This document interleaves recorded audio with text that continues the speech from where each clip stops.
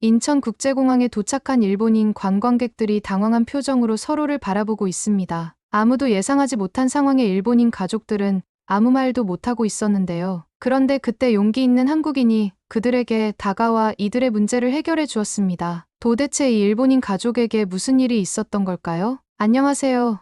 저는 일본 오사카에서 여행사 일을 하는 하루카 타나카입니다. 오늘은 제가 한국을 방문했던 잊지 못할 경험을 여러분과 나누고 싶어요. 이 이야기는 제 인생에서 가장 놀랍고 감동적인 여행 중 하나였습니다. 사실 한국은 처음부터 제 여행 목록에 있지 않았어요. 일본인들이 해외여행을 계획할 때 대부분 하와이, 유럽, 호주 같은 곳을 많이 가거든요. 한국은 너무 가깝고 문화적으로도 비슷해서 굳이 여행할 필요가 있을까 하는 생각이 있었죠. 올해 초 우리 가족은 함께 해외여행을 가기로 했어요. 저, 부모님, 할머니, 그리고 10살 남동생 켄타까지 총 5명이었죠. 문제는 가족 구성원의 나이대가 너무 다양하다 보니 모두가 만족할 만한 여행지를 찾는 게 정말 어려웠어요. 하와이는 어때? 아버지가 제안했지만 할머니가 즉시 반대했어요. 너무 더워. 내 나이에 그런 더위는 견디기 힘들어. 그럼 유럽은? 어머니가 말했죠. 비행 시간이 너무 길어요. 켄타가 지루해할 거예요. 제가 대답했어요. 호주는? 아버지가 다시 제안했어요. 물가가 너무 비싸요. 어머니가 걱정스럽게 말했죠. 후보로 싱가포르, 홍콩, 대만, 중국 등이 올라왔지만 각각 물가 문제, 정치적 불안정, 언어 장벽 등의 이유로 탈락했어요. 저희 가족은 점점 더 어디를 가든 누군가는 불평하게 될 거라는 결론에 다다르고 있었어요. 그때 제 대학 동기이자 여행 블로거인 유키로부터 메시지가 왔어요. 하루카, 가족여행 계획 중이라고 들었어. 한국은 어때? 최근에 다녀왔는데 정말 좋았어. 솔직히 말하면 그 순간 저와 가족들은 모두 의아했어요. 한국이라니 일본에서 비행기로 겨우 2시간 거리인 이웃나라가 특별한 여행지가 될 수 있을까요? 하지만 유키의 열정적인 추천에 호기심이 생겼죠. 생각해봐. 하루카, 너희 가족 구성을 보면 한국이 딱이야. 유키가 설명했어요. 한국은 세계에서 가장 안전한 나라 중 하나고 노인과 아이들을 위한 인프라가 정말 잘 갖춰져 있어. 대중교통은 말할 것도 없고 영어 표지판도 많아서 길 찾기도 쉬워. 게다가 음식이 입에 안 맞으면 걱정 마.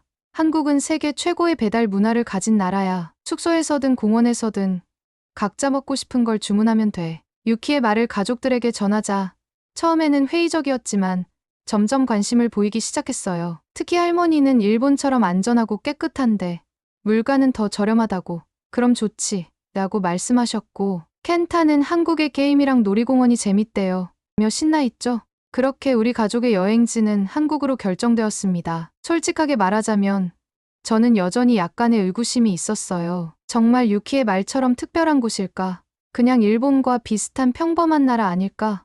하는 생각이요. 하지만 그 의문은 한국에 도착한 순간부터 하나씩 풀리기 시작했습니다. 지난 3월, 우리 가족은 간사이 국제공항에서 출발해 인천국제공항에 도착했어요. 창문 너머로 보이는 공항은 굉장히 현대적이고 세련된 디자인이었어요. 일본의 나리타나 간사이 공항도 훌륭하지만 인천공항은 더 새롭고 미래지향적인 느낌이 들었어요. 입국 심사를 위해 줄을 서는데 가족 여행이다 보니 시간이 오래 걸릴까봐 걱정했어요. 특히 켄타가 지루해하면 어쩌나 하는 생각도 들었죠. 하지만 놀랍게도 자동 출입국 시스템이 있었고 그 줄은 놀라울 정도로 빨리 움직였어요. 이게 뭐야? 켄타가 물었어요. 자동 출입국 시스템이야. 일본에도 있지만 여기는 외국인도 쉽게 이용할 수 있나 봐. 제가 대답했어요. 입국 심사관은 유창한 영어로 질문하며 친절하게 대응해 주었고 심사가 끝나는데 몇 분밖에 걸리지 않았어요. 일본에서도 입국 절차가 빠른 편이지만 이런 효율성은 놀라웠어요. 벌써 끝났어요?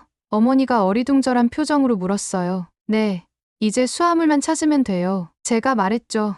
인천공항의 수화물 처리 시스템도 놀라웠어요. 우리가 수화물 찾는 곳에 도착하자마자 짐이 벨트 위로 올라오기 시작했거든요. 일본에서도 효율적이라고 생각했는데 한국은 그 이상이었어요. 와, 진짜 빠르다. 켄타가 신기해하며 말했어요. 공항 밖으로 나가는 길도 쉽고 편리했어요. 다국어로 된 안내 표지판이 곳곳에 잘 배치되어 있었고 필요한 정보를 찾는데 전혀 어려움이 없었어요. 일본에서는 영어 표지판이 부족해 외국인들이 어려움을 겪는 경우가 많은데 한국은 달랐어요. 우리가 길을 헤매고 있을 때 한 공항 직원이 다가와 도움이 필요하세요?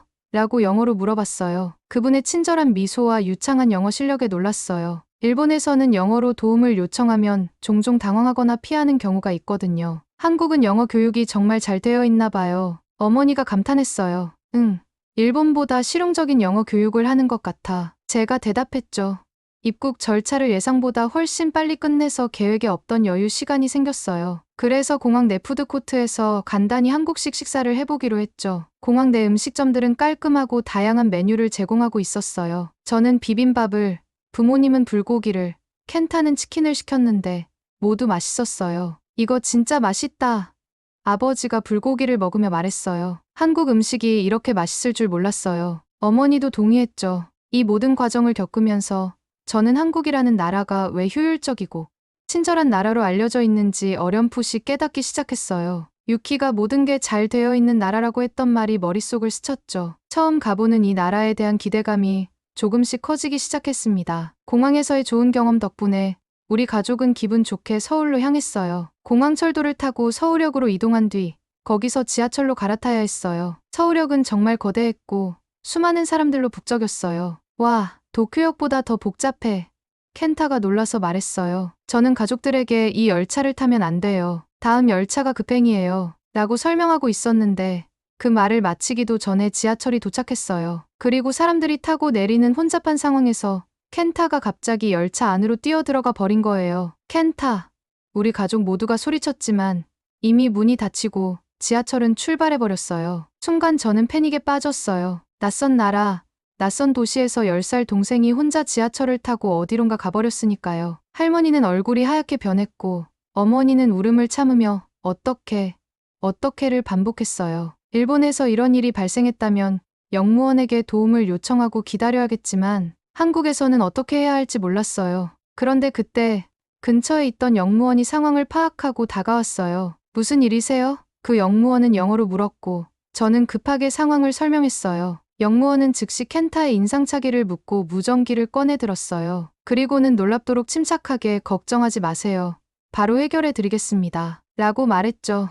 영무원은 다음 역의 동료에게 연락해 상황을 전달하는 것 같았어요. 그리고 다음 역에서 켄타를 데려다 달라고 요청했죠. 우리 가족은 마음이 조마조마했지만 영무원의 전문적인 태도에 조금씩 안정을 찾기 시작했어요. 몇 분 후 무전기에서 확인했습니다. 아이는 무사히 보호 중입니다. 다시 열차를 타고 이쪽으로 데려오겠습니다. 라는 소식이 들려왔어요. 정말요? 어머니가 안도의 한숨을 내쉬었어요. 네, 걱정 마세요. 곧 만나실 수 있을 겁니다. 영무원이 미소 지으며 말했어요. 약속대로 몇 분 후 다음 역에서 온 지하철이 도착했고 그 안에 켄타가 영무원의 손을 잡고 서 있었어요. 내리자마자 켄타는 해맑게 웃으며 누나, 나 혼자 모험했어. 라고 말해 우리를 웃게 했어요. 정말 걱정했단다. 할머니가 켄타를 꼭 안아주셨어요. 영무원의 일을 방해한 것 같아 죄송했는데 그분은 오히려 아이가 침착해서 쉽게 찾을 수 있었습니다. 다음부터는 조금 더 주의하세요. 라고 친절하게 말해주었어요. 이 사건 덕분에 저는 한국 지하철의 안전성뿐만 아니라 공공서비스의 대응력이 정말 뛰어나다는 것을 알게 되었어요. 일본의 지하철도 안전하고 효율적이지만 이런 긴급 상황에 대한 대처는 한국이 더 체계적이라는 느낌이 들었어요. 일본에서 이런 일이 있었다면 아마 더 복잡했을 거예요. 제가 부모님께 말했어요. 맞아. 우리도 당황했을 텐데 영무원들이 정말 프로페셔널하더구나. 아버지가 감탄했어요. 그날 밤 우리 가족은 이 해프닝에 대해 이야기하며 웃었고 켄타는 그 영무원 아저씨가 영어를 잘해서 무섭지 않았어요. 라고 말했어요. 그 모습을 보며 할머니는 한국에서 길을 잃는 건 어렵지 않구나. 잃어버린 사람조차 금방 찾아주니까. 라고 말씀하셨죠. 일본도 안전한 나라지만 언어 장벽 때문에 외국인이 긴급 상황에 처하면 어려움을 겪을 수 있어요. 하지만 한국에서는 그런 걱정을 덜 수 있다는 게 정말 놀라웠습니다. 서울에서 며칠을 보내고 나서 우리는 부산으로 이동하기 위해 고속버스를 타기로 했어요. 먼저 버스를 타기 위해 동네 버스 정류장에서 잠시 기다리게 되었는데 이 작은 정류장조차 놀라움을 선사했어요. 아, 따뜻해. 의자에 앉자마자 켄타가 놀라서 소리쳤어요. 뭐가? 제가 물었어요. 이 의자 엄청 따뜻해요. 저도 앉아보니 정말 따뜻했어요. 발열 기능이 있는 의자였던 거죠. 3월의 쌀쌀한 날씨에 이런 작은 배려가 정말 감동적이었어요. 일본에서는 본 적 없는 시설이었거든요. 와, 정말 세심하네. 어머니가 감탄했어요. 의자에 앉아 있을 때 위쪽 디지털 화면에서 실시간으로 버스의 위치와 예상 도착, 소요 시간을 보여주는 것도 인상적이었어요. 일본의 버스 정류장은 정확한 시간표는 있지만 실시간 위치 추적은 보기 어려워요. 이거 진짜 편리하다. 아버지가 말했어요. 일본에도 이런 시스템이 있으면 좋을 텐데 언제 버스 오는지 계속 물어볼 필요가 없네요. 할머니도 좋아하셨어요. 버스를 타고 서울 고속버스 터미널로 이동했는데 여기서의 경험은 더 놀라웠어요. 터미널의 안내 시스템이 정말 잘 되어 있었어요. 전광판에는 우리가 탈 버스의 출발 시간과 위치가 정확히 표시되어 있었고 다국어 안내 표지판 덕분에 길을 잃을 걱정이 없었죠. 고속버스를 타는 순간 이건 그냥 교통수단이 아니라 이동식 호텔 같았어요. 좌석은 넓고 푹신했고 좌석마다 USB 충전 포트가 있어서 휴대폰 배터리를 걱정할 필요가 없었죠. 우와, 일본 버스보다 훨씬 좋아. 켄타가 신이 나서 말했어요. 저는 긴 여정을 대비해 미리 영화를 다운로드해 두었는데 버스에서 제공되는 무료 와이파이를 발견하고 웃음이 났어요. 일본의 고속버스에서도 와이파이가 제공되지만 종종 연결이 불안정하거든요. 버스가 고속도로를 달리는 동안 창밖으로 보이는 풍경에도 감탄했어요. 도로 주변은 깨끗하게 정돈되어 있었고 쓰레기 하나 없었어요. 일본도 깨끗한 나라로 유명하지만 한국의 이런 깔끔함은 정말 인상적이었어요. 한국은 일본만큼 깨끗하네요. 어머니가 말씀하셨어요. 아니, 어쩌면 더 깨끗한 것 같아요. 제가 대답했죠. 긴 이동 시간 동안 가족들과 각자 원하는 대로 시간을 보낼 수 있었던 게 정말 좋았어요. 할머니는 편안히 눈을 붙이고 켄타는 태블릿으로 게임을 하며 시간을 보냈죠. 저는 창밖 풍경을 감상하며 사진을 찍었고요. 몇 시간의 여정 끝에 부산에 도착했을 때 버스에서 내리는 모두가 상쾌한 얼굴이었어요. 피곤하지 않고 편안했죠. 일본에서 장거리 이동 후에는 보통 피곤함을 느끼는데 이건 정말 새로운 경험이었어요. 한국에 오니 이동하는 것조차 여행의 즐거움이 되는구나. 아버지가 말씀하셨어요. 부산에서 이틀을 보낸 후 우리는 다시 서울로 돌아왔어요. 여행으로 쌓인 피로를 풀기 위해 하루는 숙소에서 조용히 보내기로 했는데 문제는 저녁 시간이었어요. 밖에 나가기는 귀찮은데 뭐 먹지? 켄타가 물었어요. 나는 불고기가 먹고 싶어. 아버지가 말했어요. 난 오늘은 좀 매운 걸 먹고 싶어. 어머니가 말씀하셨죠. 난 일본 음식이 그리워. 할머니가 한숨을 쉬셨어요. 일본에서라면 각자 원하는 음식을 먹으려면 여러 식당을 찾아다니거나 타협해서 한 곳에서 먹어야 했겠죠. 그때 유키가 했던 말이 떠올랐어요. 한국은 배달 음식이 정말 잘 되어 있어. 배달 음식을 시켜볼까요? 제가 제안했어요. 다행히 숙소에는 와이파이가 있었고 유키가 알려준 대로 배달 앱을 내려받았어요. 앱을 켜자마자 저는 한국 배달 문화의 위대함을 실감할 수 있었어요. 와, 정말 다양한 음식이 있네. 아버지가 놀라서 말했어요. 메뉴의 종류가 정말 다양했어요. 한식, 중식, 일식은 물론이고 피자, 버거, 디저트까지 있었고 심지어 일본 라멘도 배달이 가능했어요. 가족마다 각자 먹고 싶은 음식을 골랐는데 놀랍게도 다른 가게에서 주문해도 모두 배달이 가능했어요. 이런 게 가능해. 어머니가 의아해하셨어요. 유키 말로는 가능하대요. 한번 해봐요. 제가 말했죠.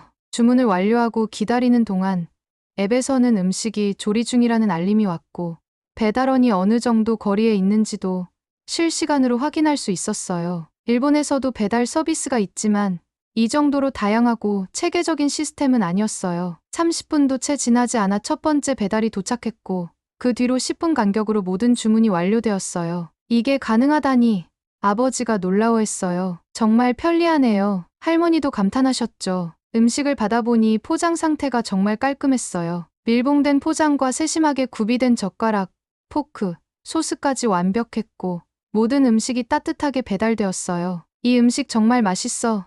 켄타가 치킨을 먹으며 소리쳤어요. 이 라멘, 일본 것보다 맛있는데? 할머니가 놀라워하셨죠. 각자 원하는 음식을 먹으며 우리 가족은 정말 행복한 시간을 보냈어요. 일본에서는 이런 경험을 하기 어려웠을 거예요. 이런 편리함이 한국 사람들의 일상이라니 정말 부러웠어요. 내일은 한강공원에서 피크닉 어때요? 제가 제안했어요. 유튜브에서 봤는데 한국에서는 공원에서도 음식 배달이 된대요. 정말 그런 게 가능해? 아버지가 의심스러워 하셨어요. 한번 시도해보죠. 켄타가 신나서 말했어요. 다음 날 한강공원에 도착한 우리 가족은 기대 반 호기심 반으로 공원 한가운데 자리를 잡았어요. 강변 풍경을 바라보며 피크닉 매트를 깔고 앱을 통해 음식을 주문했죠. 치킨, 피자, 떡볶이, 김밥 등 다양한 메뉴를 골랐어요. 진짜 올까? 할머니가 의심스러워 하셨어요. 와봐야 알겠죠. 제가 웃으며 대답했어요. 주문을 마치고 기다리는데 문득 걱정이 들었어요. 공원이 이렇게 넓은데 배달원이 우리를 어떻게 찾지? 앱에는 대략적인 위치를 표시했지만 공원에 사람이 너무 많아서 정확한 지점을 설명하기가 어려웠거든요. 20분쯤 지나자 배달원이 전화를 걸어왔어요. 고객님, 근처에 도착했는데 어디 계세요? 저는 당황한 채로 강변 쪽에 있어요. 회색 매트를 깔고 있어요. 라고 설명했지만 너무 막연한 정보라 죄송한 마음이었어요. 하지만 배달원은 당황하지 않고 그럼 주변에 뭐가 보이시나요? 라고 물었어요. 주변을 둘러보다가 큰 나무와 자전거 도로를 언급했더니 배달원이 알겠습니다. 제가 찾아갈게요. 라고 말했어요. 솔직히 그게 가능할까 의심스러웠지만 일단 기다려보기로 했죠. 기다리는 동안 바로 옆자리에서 한 무리의 사람들이 우리 치킨 곧 온대 하고 이야기하는 소리가 들렸어요. 그쪽 자리에도 외국인 관광객들이 있었어요. 설마 그분들도 같은 배달을 기다리는 건가 하고 눈치를 보고 있는데 정말 얼마 후 배달원이 공원에 들어왔어요. 배달원이 우리 쪽으로 오는 것 같았는데 갑자기 방향을 바꿔 옆자리로 가는 거예요. 그때 그 사람들 중 한 명이 우리 치킨 왔다 며 벌떡 일어났어요. 우리 거 아닌가? 켄타가 실망한 목소리로 물었어요. 저는 괜찮아. 우리 것도 곧 올 거야. 라고 말했지만 속으로는 어떻게 배달이 되는 거지? 같은 장소인데 어떻게 구분하지? 하는 생각이 들었어요. 그런데 놀랍게도 그 배달원이 옆자리 사람들과 뭔가 얘기를 나눈 후 다시 우리 쪽으로 오는 거예요. 혹시 불고기 피자 주문하신 분? 배달원이 물었어요. 네, 맞아요. 우리 가족 모두가 기쁘게 대답했어요. 배달원은 미소를 지으며 주문번호를 확인하고 음식을 전달해 주었어요. 저는 너무 신기해서 배달원에게 물었어요. 어떻게 저희를 찾으셨어요? 이렇게 넓은 공원에서요. 배달원은 대수롭지 않다는 듯이 주문번호를 보여드렸잖아요. 그걸로 확인하니까 전혀 헷갈리지 않아요. 라고 말해주더라고요. 일본에서는 상상도 못할 일이에요. 제가 감탄했어요. 한국에서는 일상이죠. 배달원이 웃으며 대답했어요. 치킨, 피자, 떡볶이를 공원에서 먹으며 가족들은 연신 감탄사를 내뱉었어요. 이런 나라가 또 있을까? 아버지가 감탄했어요. 없을 거예요. 일본도 편리하다고 생각했는데 이건 다른 차원이네요. 어머니가 말씀하셨죠. 결국 그날 한강공원에서의 배달 음식 피크닉은 우리 여행 중 가장 유쾌하고 특별한 경험 중 하나가 되었어요. 일본 여행사에서 일하는 저로서는 한국의 배달 문화 자체가 관광 상품이 될 수 있겠다는 생각까지 들었답니다. 한국을 떠나기 전 마지막으로 꼭 경험해보고 싶었던 것이 있었어요. 바로 찜질방이었죠. 유키가 한국의 찜질방은 그냥 땀 흘리러 가는 곳이 아니라 문화생활 그 자체라고 했던 말이 계속 머릿속에 맴돌았거든요. 일본의 온천과 비슷한 개념일까 싶었는데 유키는 전혀 달라. 온천은 물에 몸을 담그는 거지만 찜질방은 다양한 온도의 방들이 있고 거기서 쉬고 먹고 자고 모든 걸 할 수 있어. 라고 설명했어요. 그래서 서울의 유명한 찜질방을 검색해 가족과 함께 가보기로 했어요. 입구에 도착하자 드래곤힐 스파라는 간판이 보였고 우리는 설레는 마음으로 안으로 들어갔어요. 접수대에서 직원이 친절하게 열쇠 팔찌와 찜복을 건네주었어요. 남녀 구역이 나뉘어 있으니 조심하세요. 라는 직원의 말을 듣고 탈의실로 향했는데 여기서부터 낯선 환경이 펼쳐졌어요. 탈의실에 들어서니 한국인들이 자연스럽게 옷을 벗고 있었어요. 일본의 온천과 비슷했지만 분위기가 조금 달랐어요. 저와 어머니, 할머니는 서로 눈치를 보며 어색하게 옷을 벗고 찜복으로 갈아입었어요. 이거 좀 이상한데 할머니가 찜복을 보며 중얼거리셨어요. 괜찮아요.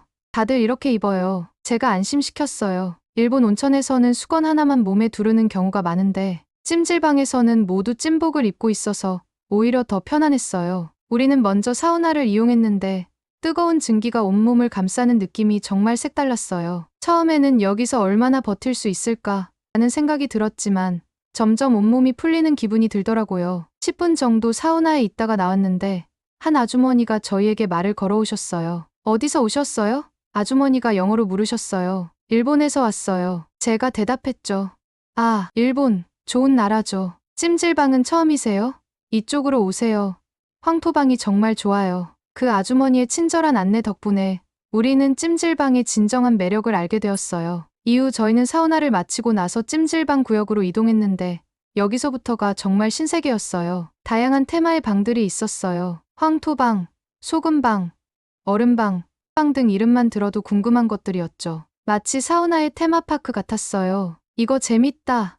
할머니가 예상외로 적극적으로 여러 방을 체험하셨어요. 저는 소금방에 누워 천장을 보며 이런 독특한 문화가 어떻게 자리 잡았는지 궁금해졌어요. 일본의 온천 문화도 오래되었지만 한국의 찜질방은 또 다른 차원의 문화 같았어요. 찜질방 한쪽에는 간식 코너가 있었는데 여기에선 한국 찜질방의 필수 아이템이라는 식혜와 삶은 달걀을 판매하고 있었어요. 현지인들이 달걀 껍질을 깨기 위해 머리에 툭툭 치는 모습을 보고 우리도 따라해봤는데 생각보다 아파서 저도 모르게 앗 하고 소리를 내자 주변 사람들이 웃음을 터뜨렸어요. 하루카, 이렇게 하는 거야. 한 아주머니가 보여주시는 대로 따라했더니 정말 쉽게 깨지더라고요. 흥미로웠던 것은 찜질방의 휴게 공간이었어요. 넓은 홀에 돗자리가 깔려 있고 많은 사람들이 거기에 누워 텔레비전을 보거나 책을 읽거나 잠을 자고 있었어요. 마치 누군가의 거실에 여러 마을 사람들이 모인 것 같은 느낌이었죠. 한국 사람들은 이렇게 남의 시선을 크게 신경 쓰지 않나 봐요.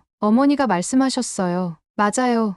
일본에서는 이렇게 공공장소에서 편하게 누워있기 힘들죠. 제가 대답했어요. 처음에는 낯설고 어색했지만 점점 그 편안한 분위기에 동화되었어요. 할머니는 어느새 돗자리에서 꿀잠에 빠져 있었고 저와 어머니는 찜질방에서 파는 식혜를 마시며 텔레비전을 보기 시작했죠. 저는 이 모든 경험을 사진으로 담고 싶었지만 찜질방 내부는 촬영이 금지되어 있어 아쉬웠어요. 하지만 그 덕분에 더 온전히 경험에 집중할 수 있었던 것 같아요. 그날 저녁 찜질방을 나서며 느꼈어요. 아, 이래서 문화생활이라고 하는구나. 단순히 휴식을 취하는 공간이 아니라 다양한 체험과 소통, 그리고 일상의 여유를 느낄 수 있는 곳이었어요. 일본의 온천이 몸을 씻고 긴장을 푸는 곳이라면 한국의 찜질방은 말 그대로 살아있는 문화 공간이었죠. 이런 곳이 일본에도 있으면 좋겠어요. 할머니가 말씀하셨어요. 네, 정말 특별한 경험이었어요. 저도 동의했죠. 제가 여행 중 가장 감명받은 것 중 하나는 한국의 디지털 인프라였어요. 길을 잃을까 걱정했던 제가 한국에서 가장 먼저 배운 것은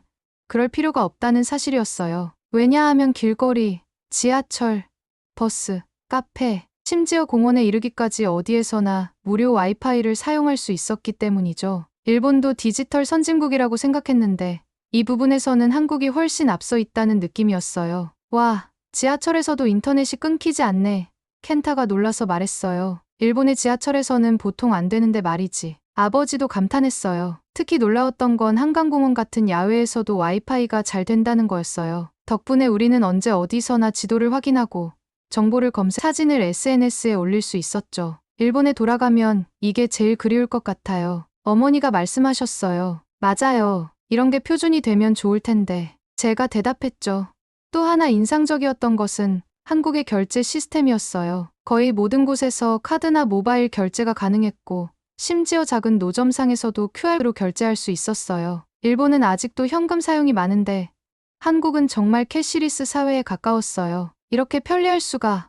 아버지가 노점상에서 QR로 결제하며 감탄했어요. 일본도 올림픽 이후 많이 좋아졌지만 아직 이 정도는 아니죠. 제가 말했어요. 한국의 편의점 문화도 놀라웠어요. 일본의 편의점도 훌륭하지만 한국의 편의점은 더 다양한 서비스를 제공했어요. 택배 발송, 공과금 납부는 물론 은행 업무까지 볼 수 있었고 앉아서 음식을 먹을 수 있는 공간도 더 잘 갖춰져 있었어요. 한국의 편의점은 정말 편리한 가게라는 이름이 딱 맞네요. 아버지가 말씀하셨어요. 한국에서 느낀 마지막 소감은 안전함이었어요. 일본도 세계에서 가장 안전한 나라 중 하나로 알려졌지만 한국 역시 그에 못지않게 안전했어요. 하루는 우리 가족이 야경을 보려고 늦은 시간까지 거리를 걸었는데 거리는 잘 정돈되어 있고 순찰차가 가끔씩 지나가는 모습이 보였어요. 일본과 마찬가지로 어두운 밤거리에서도 전혀 위험함을 느끼지 않았죠. 한국도 일본만큼 안전한 것 같아요. 할머니가 말씀하셨어요. 네,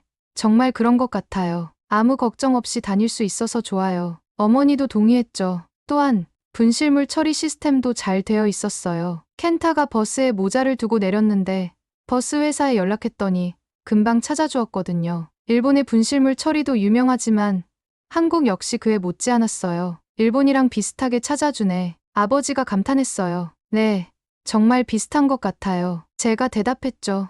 치안, 분실물 처리, 교통안전 등 모든 면에서 한국은 여행자가 안심하고 여행할 수 있는 나라였어요. 특히 외국인에게 친절한 태도와 영어로 된 안내 시스템 덕분에 언어 장벽으로 인한 불안함도 거의 없었죠. 일주일간의 한국 여행을 마치고 인천공항으로 돌아가는 길, 제 마음은 묘한 감정으로 가득 찼어요. 처음에는 별 기대 없이 왔는데 이제는 떠나기 아쉬울 정도로 한국이란 나라의 매력을 느꼈거든요. 생각보다 너무 좋았어. 아버지가 말씀하셨어요. 맞아요. 다음에 또 와야겠어요. 어머니도 동의했죠. 다음엔 제주도도 가보고 싶어요.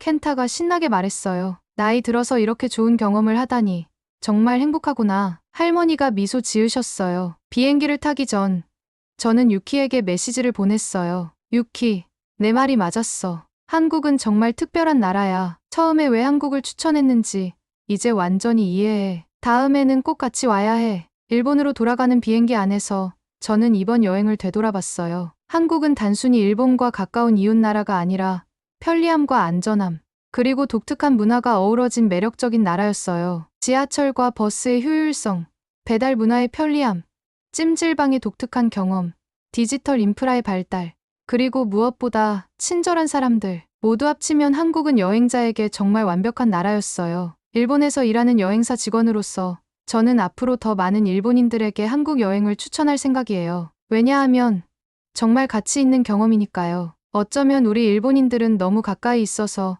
한국의 매력을 간과했는지도 모르겠어요. 하지만 저처럼 직접 경험해보면 한국이 얼마나 놀라운 나라인지 알게 될 거예요. 한국은 일본과 닮은 듯 다른, 그리고 어떤 면에서는 더 발전된 모습을 보여주는 나라였어요. 이웃 나라로서 서로 배우고 성장할 수 있는 점이 많다고 느꼈답니다. 한국에서의 일주일은 제 인생에서 잊지 못할 추억이 되었어요. 그리고 언젠가 꼭 다시 방문하고 싶은 나라가 되었답니다. 아리가또.